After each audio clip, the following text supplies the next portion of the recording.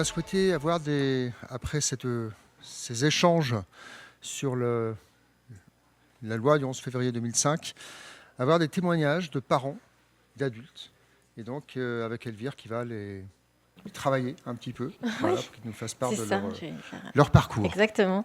On va entendre les témoignages de Magda et Thomas Casagrande, je l'ai bien dit, qui sont les parents d'Oria. On va entendre le témoignage de Baptiste Caraès et d'Antoine Sudour. L'idée, c'est vraiment de parler des parcours de vie, scolarité et âge adulte. Alors, je veux bien, Magda et Thomas, que vous témoigniez du parcours d'Ouria, quel âge elle a et qu'est-ce qui a été s'il y a eu parcours du combattant, est-ce qu'il était à l'école en particulier? Allez-y, je vous laisse. Bonjour à tous, je suis contente d'être là. Nous sommes contents d'être là et partager notre vécu et peut-être apporter des informations que vous ne connaissez pas, mais je pense que vous connaissez déjà beaucoup de choses. Vous êtes bien accompagnés au sein de cette association. Donc, nous sommes parents de Joria, qui est un garçon de 17 ans et bientôt 18 ans. Il est en première maintenant. Donc, je vous parle vite fait du parcours qui était assez long et que donc peut-être je vais apporter certaines informations qui, pour ceux qui sont encore qui sont derrière nous, vont pouvoir aider. Donc on a découvert que notre enfant était un petit peu différent assez tôt, car il n'arrivait pas à marcher. Il a marché très tard et du coup à la crèche, ils nous ont recommandé de le garder une année en plus. Ce qui était au début, sur le coup, on était confortés, on était contents. Il y a quelqu'un qui regarde notre enfant et qui nous garde une année de plus, youpi. Derrière, on l'a payé cher parce que dans le parcours scolaire en France, avoir une année en plus, ne pas être dans la ligne de l'âge, c'est pas bon du tout. Donc, on a dû se bagarrer chaque année pour dire non, il faut pas sauter une année, non, il faut le garder. Donc voilà, c'était un premier impasse qu'on a payé. Donc en maternelle, on est arrivé en maternelle où il y avait toujours ces différences, mais au début on ne le voit pas bien. Il faut que vraiment l'enseignant le regarde de façon particulière parce que des fois, en arrivant en maternelle, on leur dit jouer. Si on regarde bien, on voit que certains enfants ne jouent pas comme les autres. Ce qui nous est arrivé en deuxième année de maternelle où l'enseignante nous a pris à part, nous a dit il faut qu'on discute. Et on est tombé vraiment sur quelqu'un d'assez ouvert et compétent qui nous a recommandé tout de suite de faire un bilan de psychomotricité. Première claque. Voilà, première claque et un premier passage obligé parce que c'est vraiment de là que c'est parti. Elle nous a parlé tout de suite de peut-être faire un dossier MDPH. C'était assez tôt, on a eu du mal à encaisser, mais finalement on l'a fait. Donc la psychomotricité a montré des troubles praxiques. C'était la première étape. On a commencé une thérapie avec la psychomotricienne. On a déposé notre dossier MDPH. On a réussi à avoir des petits aménagements et un petit peu d'aide. Et voilà, la vie a continué. On est arrivé en élémentaire où les troubles se sont encore plus accentués et où on a eu besoin de refaire le dossier MDPH. Mais comme par mon métier, parce que je suis professeur, donc enseignant-chercheur en même temps, je cherche. Donc j'ai cherché et je ne me suis pas arrêtée au bilan de psychomotricité. Je suis partie de troubles praxiques et je passais des heures et des heures à chercher de l'information et à demander, à envoyer des lettres, à envoyer des courriers, partout. Et finalement, je suis tombée sur... j'ai compris qu'en fait, un bilan compétence, ça se fait à l'hôpital Kremlin-Bicêtre, qu'il faut prendre rendez-vous, même si ça dure une année, il faut le prendre, parce que là-bas, ils peuvent faire vraiment un bilan très complet. Et on a pris rendez-vous. En neuropédiatrie Kremlin-Bicêtre. Neuropédiatrie. Et là, on a eu notre premier bilan WISC. Auprès de la neuropédiatre de l'hôpital, qui a bien compris que c'est bien plus que trouble praxique. Donc, on a commencé à mettre le diagnostic de dyspraxie avec des aménagements qui ont été recommandés pour l'école. Donc, un nouveau dossier MDPH, un petit peu plus d'aide, une AESH qu'on a pu obtenir à l'époque. Et on était contents, sauf qu'on arrive à une équipe éducative à l'école où, sur la liste d'aménagement, il n'y avait pas grand-chose qui collait avec la possibilité de l'école. Donc finalement, l'AESH, elle était là pour assurer l'enfant, mais de point de vue mise en pratique des aménagements, je ne me rappelle pas s'il y avait quelque chose qui était mis en pratique. En fait, je me souviens d'une phrase, on l'a entendu tout à l'heure, c'est pas possible. Voilà. Vous voyez, c'est un ordinateur, le brancher, c'est pas possible. Donc ça fait très mal, très très mal. Ça faisait partie des claques. C'était en quelle année, vous pouvez le dire, s'il vous plaît, par rapport à la loi de 2005 ? Mon fils, il est né en 2011. 2007. 2007, c'est l'autre, 2011. L'autre, c'est 2011. C'est numéro 2. 2007, donc là, on devait être CE1, donc il devait avoir... CE1, oui. Ça doit être 2011-2012, donc. 7 ans. Ouais, 2012, par là. 2012-2013. Et donc, ce qui a été très dur à l'école, c'est lorsqu'on a un ordinateur, le regard de l'enseignant a changé. Ça veut dire qu'on a un ordinateur, c'est bon. Je ne dois plus m'occuper de cet enfant. Comme si l'ordinateur fait tout. Et ce qu'on oublie, c'est que l'ordinateur, il ne fait rien du tout, qu'il y a des années avant que l'enfant soit autonome au niveau de l'ordinateur. Et en plus, il y a la double tâche qui s'impose à un enfant. Donc, utiliser l'ordinateur en élémentaire, c'est bien pour l'apprentissage, mais au niveau de l'école, mais vraiment, je trouve que c'est trop tôt. On ne peut pas imposer à l'enfant. L'enfant, il doit déjà... grandir et évoluer dans tout ce qui est autonomie et organisation. Donc, il ne peut en aucun cas utiliser l'ordinateur de façon autonome. Donc là, ça, c'était toujours... il ne faut pas mettre en avant, il a un ordinateur et ça peut marcher. Non, il faut garder l'AESH et l'ordinateur. Oui, il faut apprendre à l'utiliser de temps en temps, quand on peut. Mais il faut surtout, au niveau du collège, pour qu'il puisse arriver de façon plus autonome dans l'utilisation de l'ordinateur au niveau du collège. Mais en élémentaire, moi, il ne faut surtout pas parler. Donc, c'est bien de l'avoir, c'est bien de l'apprendre. Mais non, et c'est trop tôt. Au niveau de la maturation du cerveau, on est très loin de pouvoir gérer l'ordinateur, la discussion, l'organisation. On est très, très loin. Et à la même époque, donc suite au bilan de neuropsychologue de l'hôpital Kremlin-Bicêtre, donc dans le bilan, il a été recommandé un suivi aussi par une neuropsychologue spécialiste en TDC, donc en TCC. Donc, mais ça, pour trouver, il m'a dit, vous savez, vous ne trouvez pas trop en Île-de-France. Je connais une seule personne, à Plaisir. Donc, nous, on habite en Essonne, mais on va à Plaisir. Voilà. Et donc, depuis 4 ans, 4, 5, 6, 7 ans, voilà. Bref, depuis l'élémentaire, il a commencé à être pris en charge par une neuropsychologue spécialisée et qui l'a aidé à accepter son trouble. Et je peux vous donner le nom. Oui, après. Donc, il a accepté son trouble et qui a appris aussi à lui à distinguer le côté là où il a besoin de compensation et là où on peut demander des aménagements. On nage toujours entre les deux.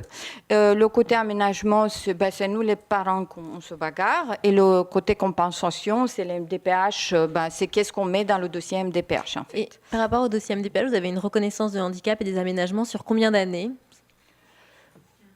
Là, donc, la première compensation, ça a été à 4 ans ou à 5 ans. Sur un cycle scolaire, non plus que donc 5 ans, d'accord. Voilà, plus que les cycles scolaires, parce qu'il y a des disparités selon les MDPH, c'est pour ça que je posais la question. Mais on doit renouveler tous les 4 ans, on dépose le dossier. Et comme on demande chaque fois d'avoir une AESH, le problème, c'est que des fois, on a eu 10 heures, des fois, on a eu 12 heures. Ensuite, on est passé, donc il y a des changements qui font qu'on est passé à une AESH mutualisée qui ne va pas du tout. Il y a un désynchronisme en plus avec le dossier handicap lui-même, avec le dossier MDPH, je crois. En fait, on faisait presque un dossier tous les 2 ans.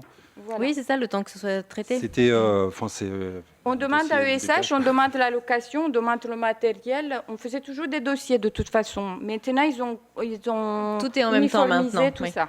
Mais l'AESH mutualisé, c'est très difficile. Donc, du coup, notre secours derrière, quand on est arrivé enfants élémentaires, c'est de se présenter, donc demander d'être présente à la réunion Des parents.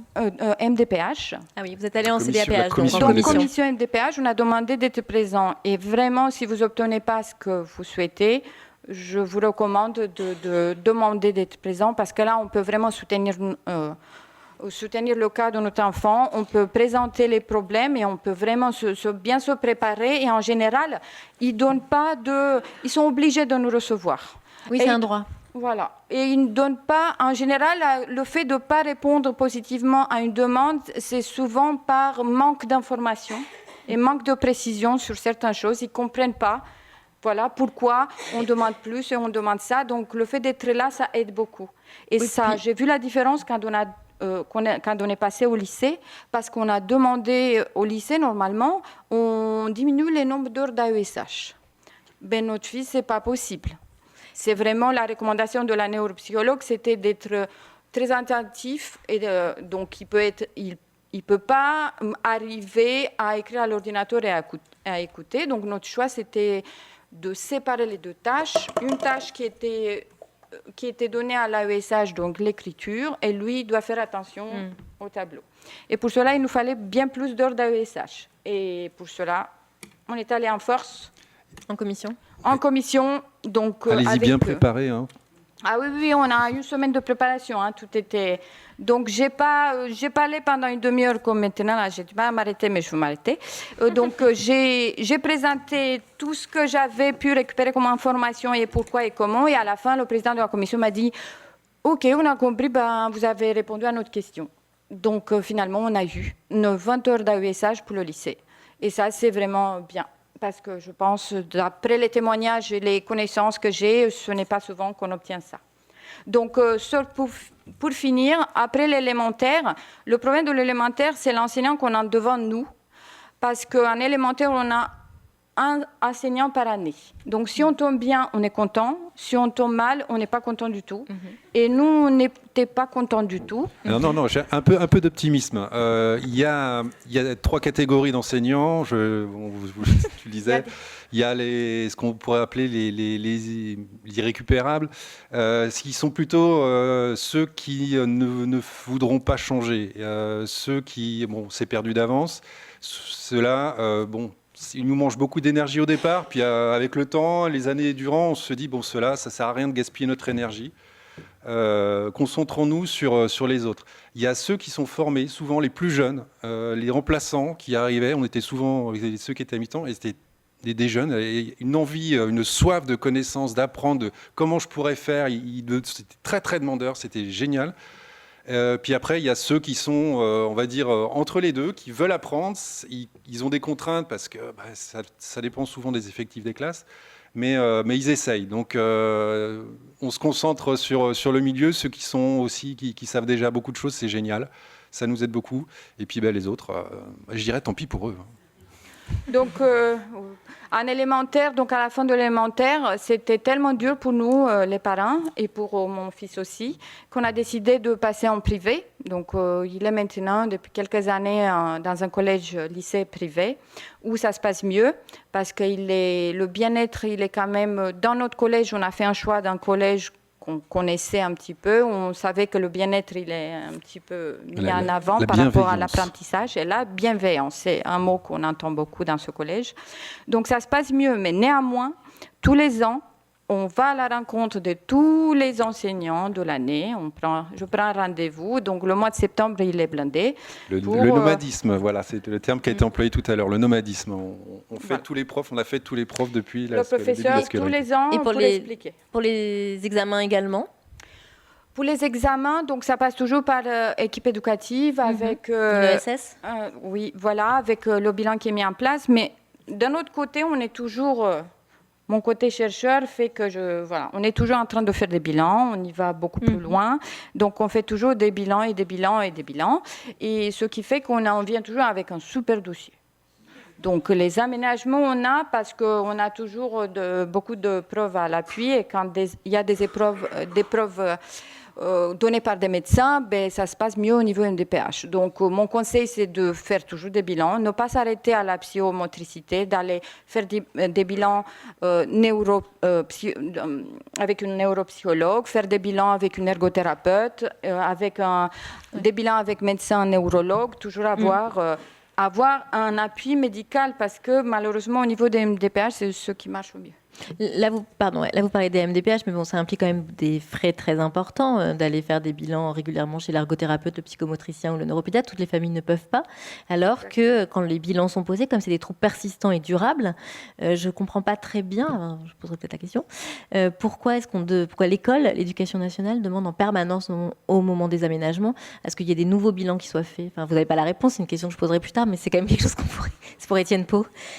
C'est pas... Donc, au niveau de l'école, donc il y a en fait l'école écoute si on a une notification MDPH. Mais c'est pas pareil. Voilà, l'école écoute différemment. Donc mon but, que le PAP, parce que c'est opposable. Oui. Donc c'est le droit. Notre but, c'est d'avoir toujours une notification MDPH. Et donc vous remettez des bilans néanmoins pour. Parce que vous n'êtes pas certain d'avoir une automacité, alors que le trouble est persistant et durable. Ça revient au même. Deuxième question, Étienne Pau, donc. Voilà. Ouais. Exactement, mais c'est sûr que l'école ne suit pas si on n'est pas suivi. D'accord. Et vous vouliez dire quelque chose? Oui, alors, on a parlé beaucoup de l'école. Il y a aussi un point qui est peut-être un peu compliqué dans son parcours de vie. Vous en parliez, c'est l'accès, je dirais, aux loisirs en général. Je trouve qu'il y a une difficulté d'accès, alors pas forcément d'accès, mais d'adaptation des loisirs, et donc forcément de formation, d'information de tous les clubs sportifs ou autres culturels autour de nous sur ces sujets-là. Ça, pour l'instant, on n'a pas encore trouvé de solution et ce n'est pas les bilans qui vont nous aider là-dessus. Donc, j'en suis à me demander si je ne vais pas fonder moi-même mon club de pétanque spécial ou mon club de hip-hop, je ne sais pas quoi. Pourquoi pas, je sais, mais après, il faut du soutien, il faut du temps et de l'énergie. Puis l'énergie, ça ne tombe pas du ciel. Allez-y, après, on passera la parole. Oui. Voilà. Donc, pour finir, on est en première. Donc, on est près de la fin de la scolarité. Et finalement, je me demande si... de Parcoursup. D'une première étape. Voilà.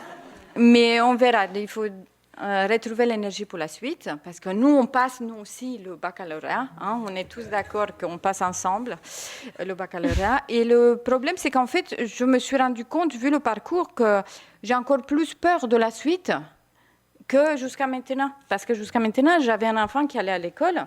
Oui, c'était à moi de me battre, c'était à nous de nous battre. Mais finalement, si j'obtenais des choses, voilà, il y avait quelque chose qui suivait. Maintenant, on va un petit peu dans le néant. J'ai l'impression que le monde des adultes, il fait beaucoup plus peur que le monde des enfants. Et notre enfant, il a un projet de vie. J'espère qu'on va y arriver. Mais on se sent un petit peu moins... Maintenant, au niveau de l'école, il y a beaucoup plus de choses qui se sont mises en place. Parce qu'au début, quand en élémentaire, l'ergothérapeute, elle n'avait pas le droit de rentrer dans l'école. Donc, c'est avec nous qu'on a réussi à la faire rentrer dans l'école. Maintenant, c'est quand même... Ça dépend encore, hein, malheureusement. Voilà. Mais pour le passage entre la scolarité et le travail... Donc, on essaie, heureusement qu'on est dans l'association pour avoir de l'information, mais ce n'est pas simple. L'aide de l'accompagnement n'est pas encore là. Et l'accompagnement, en plus, le laisser tout seul, s'envoler. Après ça, il faut qu'il soit accompagné. Il ne peut pas être tout seul. Donc, vraiment, c'est ça qui fait le plus peur maintenant. Comment le laisser? Qui va l'accompagner? Jusqu'à quand? Tout ce qui concerne la vie d'adulte, en fait, fait un petit peu peur maintenant. Merci. Merci.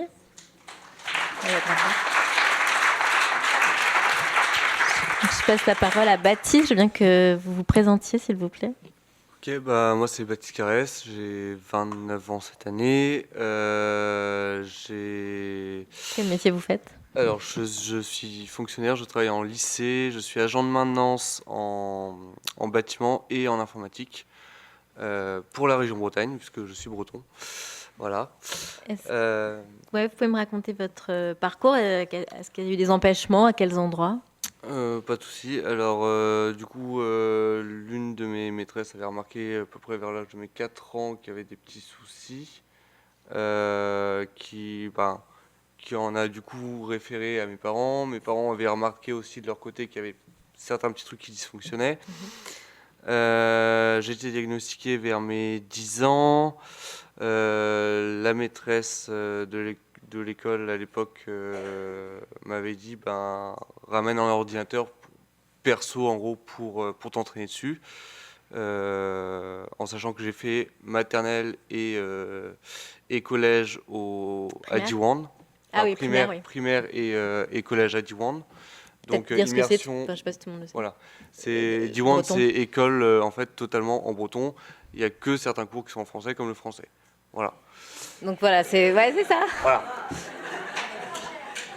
Voilà. Même les traductions, par exemple, anglais vers une autre breton. langue, c'est anglais vers breton et non pas anglais vers français.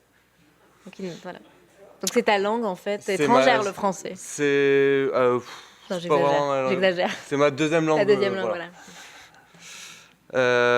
Ensuite, du coup, pour faire bref, collège. Donc, parcours classique. École classique. École classique. Ah, voilà. Aménagement collège. Ordinateur portable. Ouais, mais pas. Pas d'AESH ou plus tard. Si. Oui, mais AESH, AVS à partir du collège, Ouais, du voilà, 6e. C'est ça ce que j'allais dire. Donc. Maman est là. Désolé. Donc AVS, enfin AESH à partir de la 6e avec tiers-temps et ordinateur. Et ça l'a part de souvenir. Et ça, donc ça c'est collège-lycée. Collège-lycée, BTS du coup inclus aussi dedans parce que je suis resté dans mon lycée d'origine pour le BTS. Mais BTS, il n'y a plus d'AESH. Hein.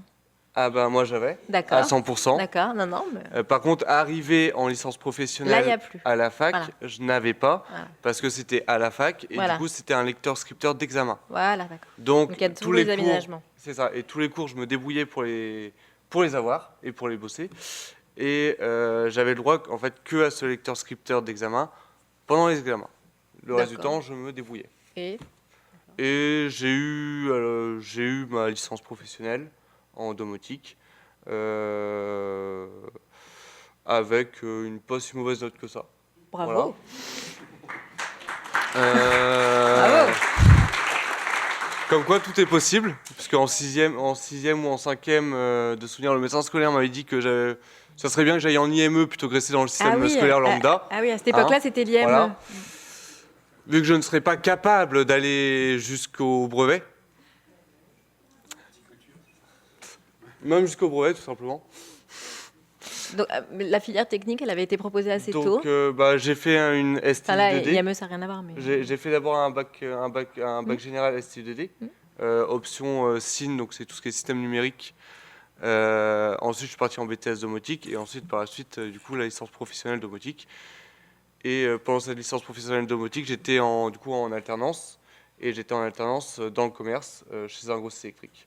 Là où je suis resté 2 ans, puis ensuite j'ai changé de boîte pour retourner sur le terrain en électricité agricole cette fois, pendant 2 ans, parce que j'ai refait un CAP par la suite, ah oui. en apprentissage, parce que quand un patron est bienveillant et qui nous fait perdre nos moyens en disant qu'on ne connaît rien du tout et qu'on n'a qu'à retourner à l'école, au bout d'un moment, on ne sait plus trop là où on en est, du coup on se dit peut-être qu'il a raison, peut-être que je vais retourner à l'école. D'accord. Voilà. D'accord.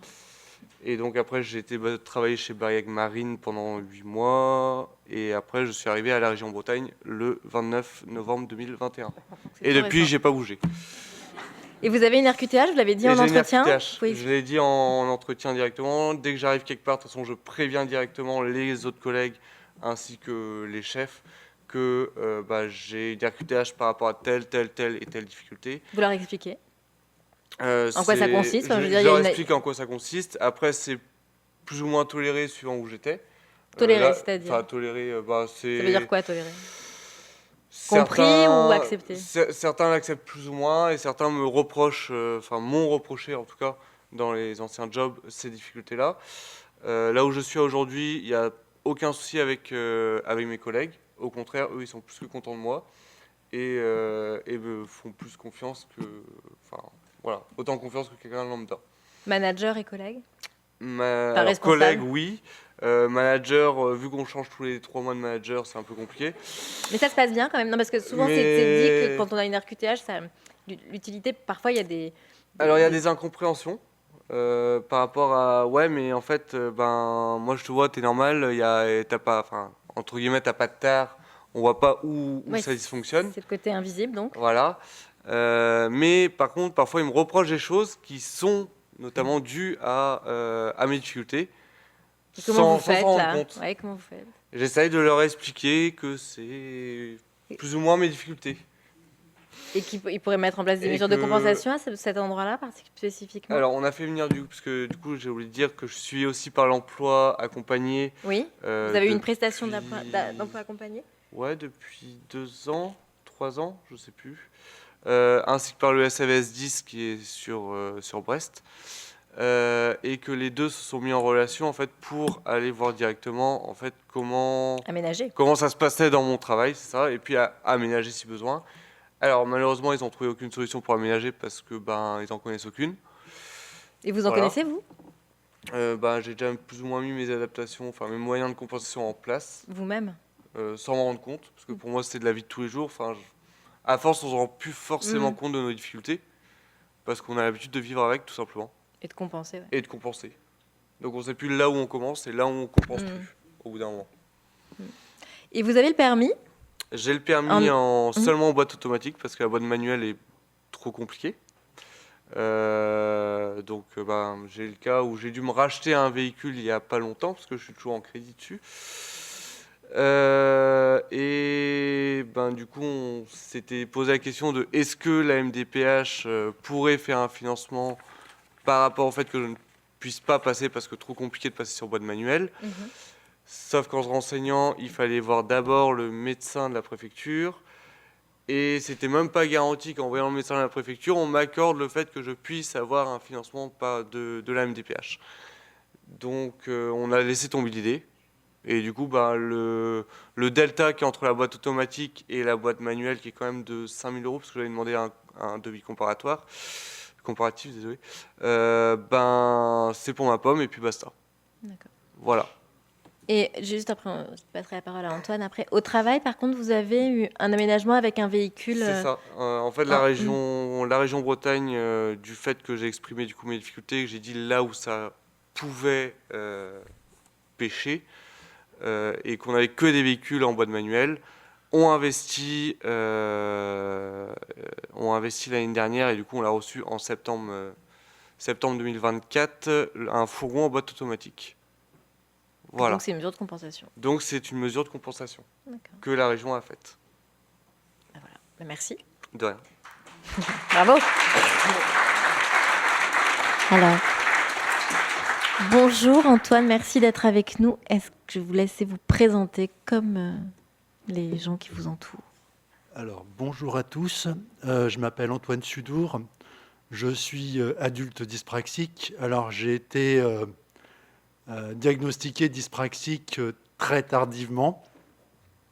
Et en fait, au départ, quand je suis rentré à l'école, on voyait bien qu'il y avait quelque chose qui était un peu différent des autres, mais sans savoir ce que c'était. Et en fait, je crois que c'était en CM1, quelque chose comme ça. Il y avait mon maître à l'époque, qui s'appelait Monsieur Skinazi, qui a dit à mes parents d'aller voir à l'hôpital de Garches le professeur Annie Barrois. Et elle a posé un diagnostic de, comment elle avait appelé ça, un syndrome pyramidal du côté droit.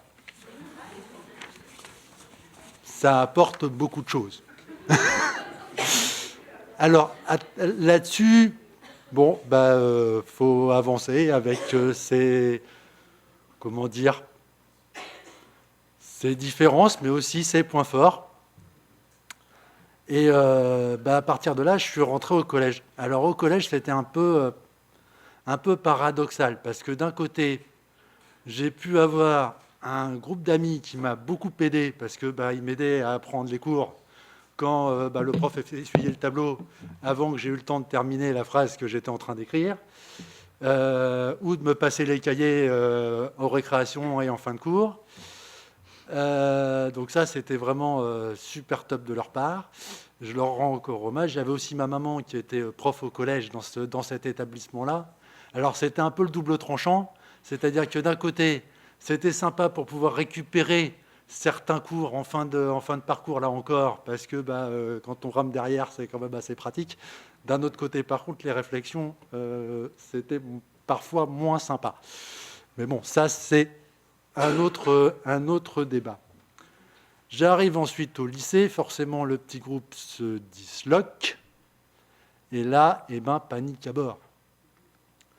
Je me perds dans les couloirs, les cours sont illisibles, quand ils sont pris partiellement. Voilà. Donc là, effectivement, on m'a proposé, à l'époque, à l'issue d'un des conseils de classe, de quitter le lycée de Reveil-Malmaison pour aller rejoindre Toulouse-Lautrec. Une filière technique. Donc, non, un IME. Un IME. Donc, on a quand même refusé.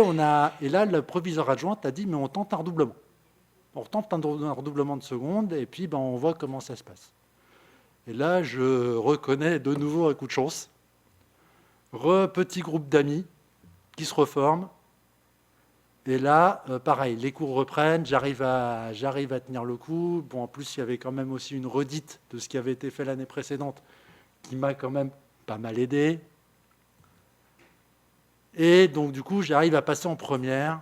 Et en première, là, je tombe sur un coup de chance extraordinaire. Un ancien prof, d'ailleurs, qui était au collège, là où j'étais avant, qui était là, et qui propose le truc miracle, alors qu'on est au début des années 90, on est en 1994, quelque chose comme ça. Donc il n'y a pas la loi.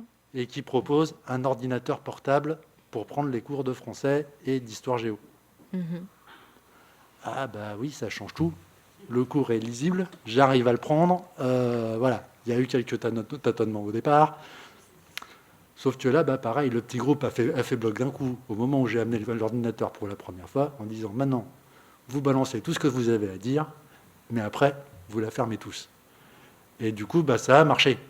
J'ai pris ma volée de bois vert pendant 5 minutes. Une fois que c'était terminé, après, derrière, plus personne n'a rien dit. Et j'avoue que ces 2 années de première et terminale m'ont du coup été bien salvatrices. J'ai donc pu passer mon bac.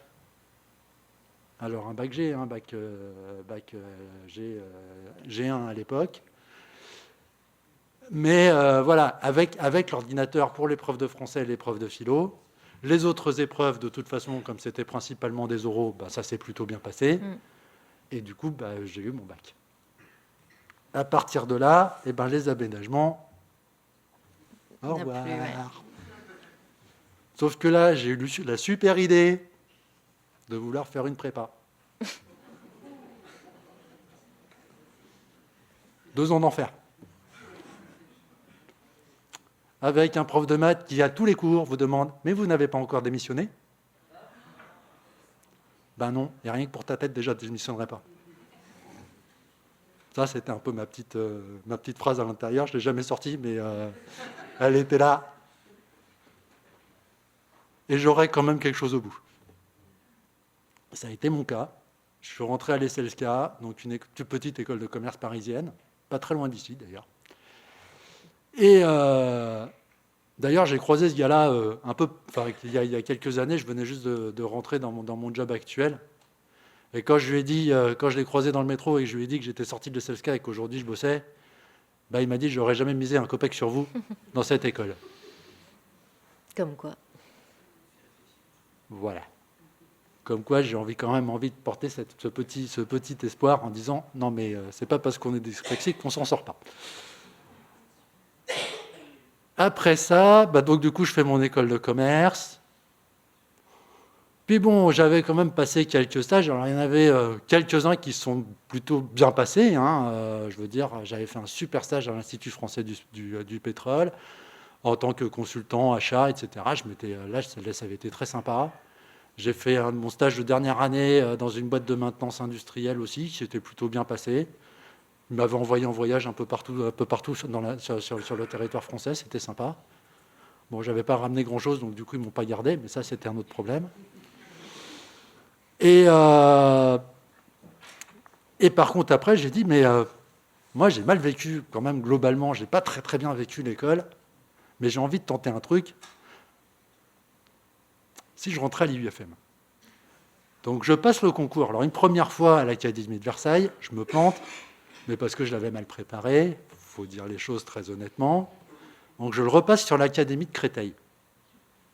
J'ai mon concours, je passe mes 2 ans à l'IUFM et je m'accroche avec un inspecteur, enfin avec 2 inspecteurs en fait. Un sur mon stage en maternelle, où là il m'avait embêté sur un truc et du coup sur une session d'EPS. Ah, de sport. Sachant que j'étais super brillant en EPS. Mais ça fera l'objet d'une toute petite aparté en fin de parcours, parce que là, je voudrais rendre hommage à quelqu'un de très particulier. Et donc, l'IUFM, et je me suis surtout accroché en fin de mon stage de CP, où l'inspecteur est arrivé lors de mon dernier jour, en fait. Et j'étais en train de préparer la construction d'un jeu de loi qu'on avait mis 3 semaines déjà à imaginer avec mes élèves. Et donc, les gamins, ils sont tous dans la classe, ils sont tous en train de construire leur jeu de loi sur un grand espace en papier que j'avais monté. Alors, il y avait ceux qui étaient en train de compter les cases, il y avait ceux qui étaient en train d'écrire les noms des cases, et il y avait ceux qui étaient en train plus ou moins de dessiner. Et tout ce petit monde, finalement, arrivait à quand même bien avancer ensemble. Et là, l'inspecteur me dit « Ouais, mais moi, je veux une séance de PS. » Je lui dis « Mais je ne peux pas vous la faire. Et je ne vous la ferai pas. » Il me dit « Mais pourquoi ?» Tout simplement parce que je n'ai pas envie de mettre mes élèves en danger. Là, ils sont tous en train de faire quelque chose. Je n'ai pas demandé de salle particulière. Je ne vais pas vous improviser une séance de PS dans la cour. Je veux dire, j'ai envie de les garder entiers. Ah. Et donc, du coup, et là, qu'est-ce qu'ils sont en train de faire ? Du coup, là, ils sont tous en train de construire le jeu de loi, etc. Et cet après-midi, vous faites quoi ? Cet après-midi, on joue. De toute façon, c'est mon dernier jour. Et je leur ai promis qu'on construisait le jeu de loi et qu'on, derrière, on le mettra en pratique. Il m'a regardé. Il avait l'air furieux, etc. Je ne sais plus ce qu'il m'a dit. Et je lui ai dit, oui. Et moi, si vous voulez que je fasse une classe de clones, que je sorte des clones qui font une tête de 6 pieds de long, je sais faire, je n'en ai pas envie. Bizarrement, le rapport qu'il m'a envoyé derrière était un petit peu incendiaire. L'éducation nationale ne m'a donc pas gardé. Vous avez jamais dit après à vos employeurs que vous aviez fait une reconnaissance de handicap ou non ? Alors à ce moment-là, j'en avais pas. Non, c'est ça. J'en avais pas. C'est après. Et en fait, donc c'est après. En fait, je suis retourné à l'hôpital de Garches. Et là, j'ai rencontré un autre professeur, le professeur Descata, qui a dit « c'est une dyspraxie ». C'est la première fois qu'on vous le disait. Donc. Et c'est la première fois qu'on me sortait ça, j'avais 30 ans. Et, mais avec ça, vous pouvez faire une reconnaissance en qualité de travailleur handicapé. Voilà quelque chose qui va peut-être faire avancer un peu les choses. Comme à l'Éducation nationale, il m'avait dit que j'étais un animateur, j'avais passé mon BAFA, que j'ai obtenu. J'ai dit, je vais quand même chercher quelque chose, etc. Donc j'ai commencé à taper un peu à toutes les portes, sans grand succès, jusqu'à ce que je revienne, en fait, à l'IFP, et 2, que je croise aussi, du coup, quelqu'un aussi que je connaissais qui m'a dit « mais il cherche des postes dans un institut de recherche ». Et mon CV était déjà arrivé sur le bureau dans un des bureaux de cet institut de recherche grâce à l'IFP. Je l'ai su bien après. Et donc, du coup, je suis donc convoqué à Châtenay-Malabry dans les locaux de l'Andra, où quelqu'un me demande « mais est-ce que vous connaissez quelqu'un à Maison-Alfort ?» Moi, sur le moment, je dis oui, mais je ne savais pas encore de qui on parlait. Et jusqu'au moment donc, où on parle de cette connaissance, qui connaissait en fait directement notre directrice générale. Bon, ça s'est fait.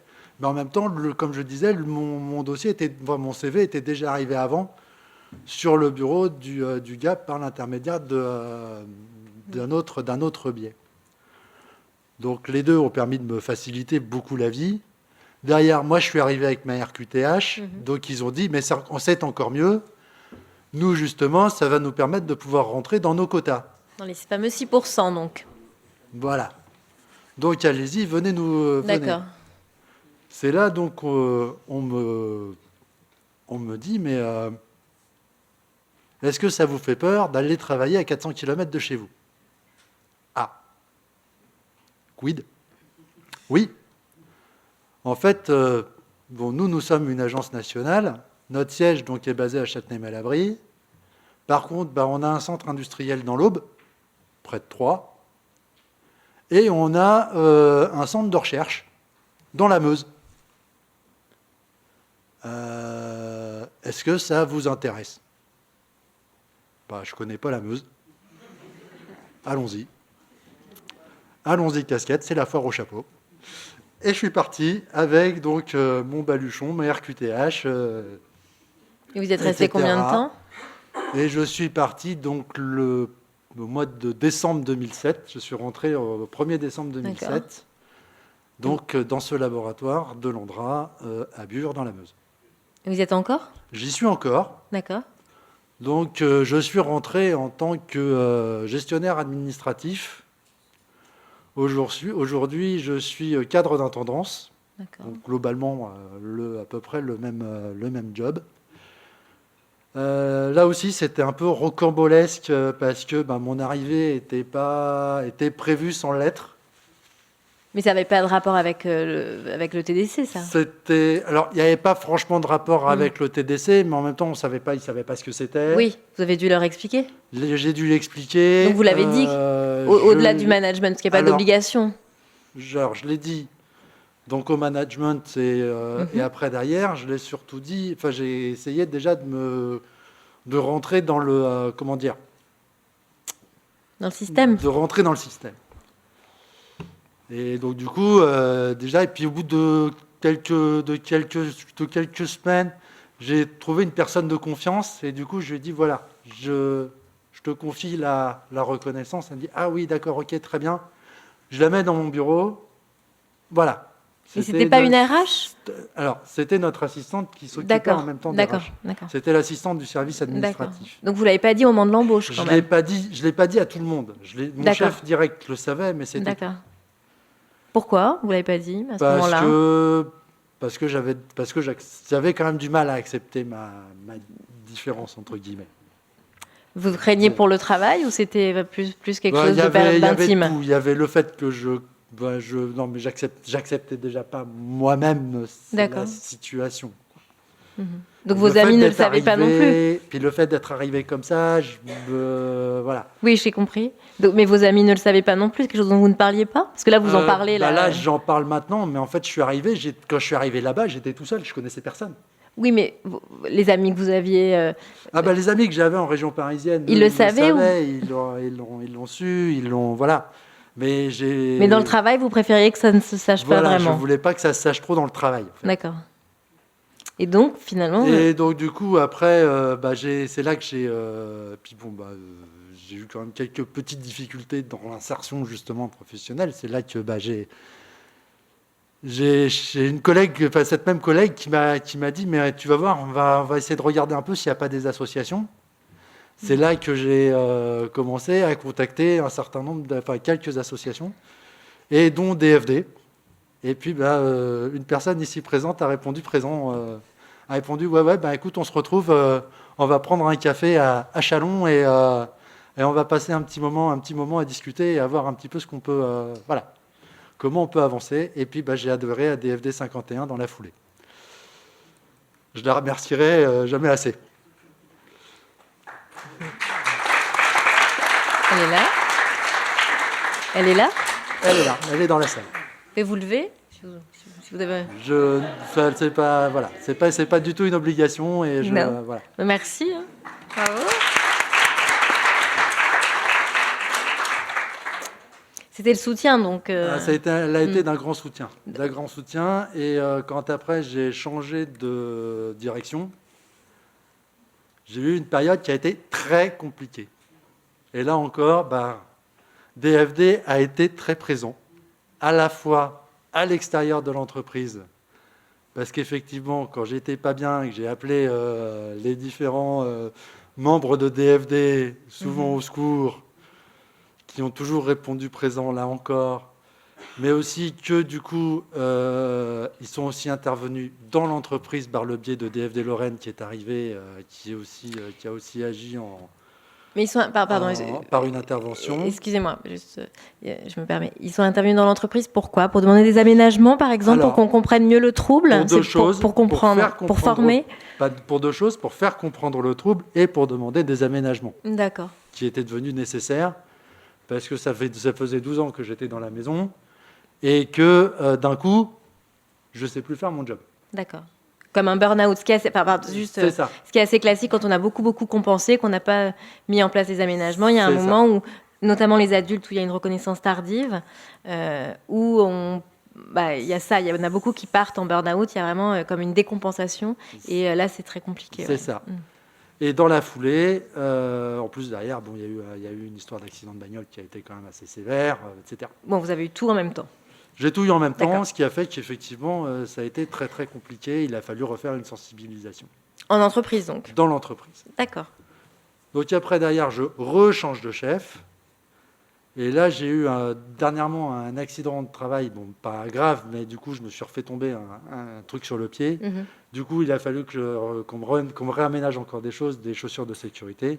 Et du coup, là, je les ai aménagées avec un système, parce que comme il y a des lacets, que j'ai toujours du mal à faire, un petit système de bloc cordon pour vous avez créé donc un système pour contourner. Pas créé, j'ai juste appliqué dessus. Je voulais rendre un dernier hommage effectivement au niveau de l'EPS. J'étais le champion des accidents en cours d'EPS, à tel point que j'avais des profs de TPS qui ne voulaient plus de moi dans leur cours. Et j'avais une prof. Et donc, du coup, dans le petit groupe d'amis, une amie qui était un peu plus performante, on va dire, physiquement que les autres. Et du coup, la prof qui avait dit, écoute, c'est elle qui va faire les exercices vraiment sur lesquels tu vas avoir besoin. Et puis, toi, tu vas faire les activités d'arbitrage. Et du coup, derrière, ça m'a permis d'avoir tout juste la moyenne en sport et d'éviter d'avoir une épreuve de rattrapage pour le bac, donc de me plomber mes épreuves de bac. Et à côté de ça, de pouvoir avancer. Donc, je remercie cette prof et cette personne, cette amie qui malheureusement nous a quittés il y a quelques années. Voilà. Merci à tous. Merci.